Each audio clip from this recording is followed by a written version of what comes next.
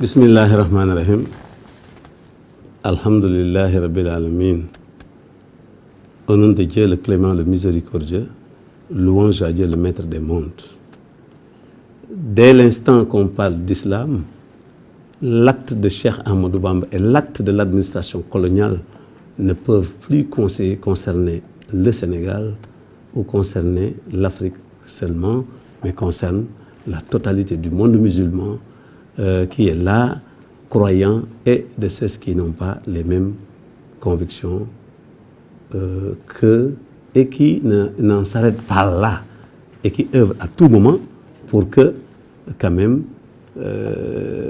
détruire les croyances et les remplacer par autre chose. D'abord, sous quel angle donc, situé le 5 septembre 1895. D'abord, je le dis immédiatement, un cortège d'enjeux se présente devant moi.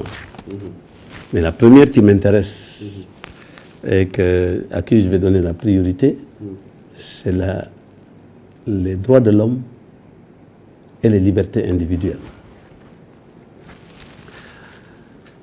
Hassan, il faut qu'on replace un peu les choses dans leur contexte. Nous sommes en 1895 et un peu avant, maximum 25 ans, 20 ans, 15 ans, on se rappelle encore du décret historique du 30 septembre 1887. C'est un décret du gouverneur,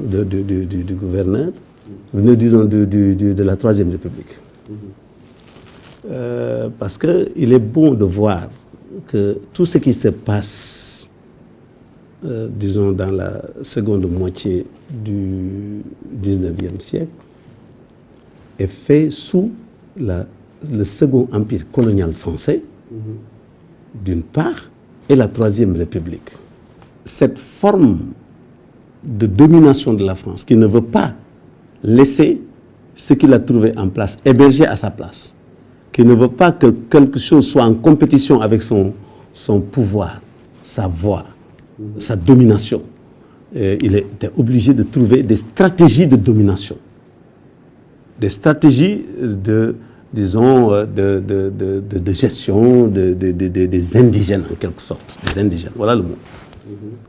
Donc, après avoir compris qu'en Algérie, il fallait créer une certaine confusion entre le pouvoir judiciaire et le pouvoir administratif, ils ont eu des résultats qui leur ont permis de transposer cela au niveau de l'Afrique. Au niveau de l'Afrique noire. C'est pourquoi le fameux décret du 30 septembre 1887 est normalement ce qui chapeaute tout ce que, je n'aime pas le terme procès, parce que ce n'est pas un procès, parce que là, un procès sans magistrat, c'est pourquoi je dis la confusion entre le pouvoir judiciaire et le pouvoir administratif. La France était une république, ce n'est pas pour rien que je l'ai dit. La France, au lieu d'exporter la séparation entre le pouvoir exécutif, le pouvoir législatif et le pouvoir judiciaire, il ne l'a pas fait.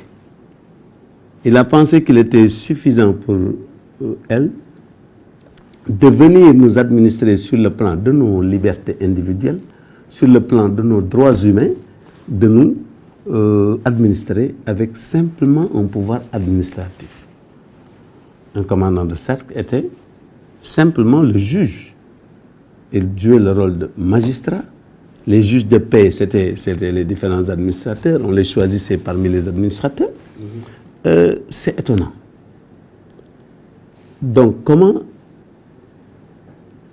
un régime politique, un régime administratif ou politique puisse faire la loi sur des personnes qui ont des droits.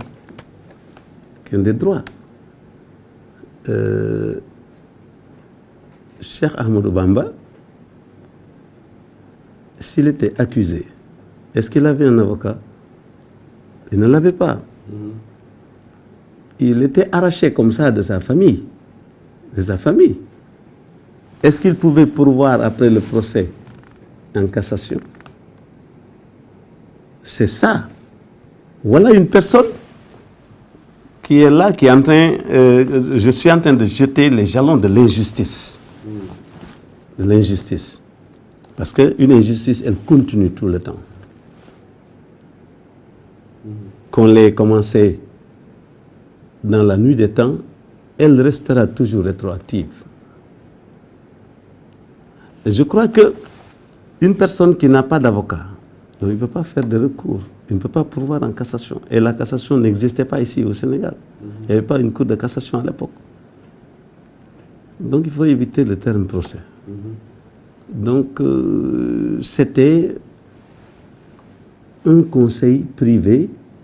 Le conseil privé était un organe qui est là, qui assistait le gouverneur du Sénégal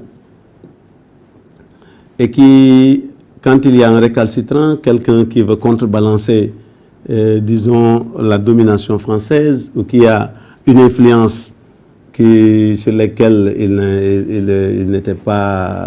qui n'était pas sécuritaire pour eux, apparemment, il prenait donc des décisions. Il le convoquait, il faisait leurs décisions et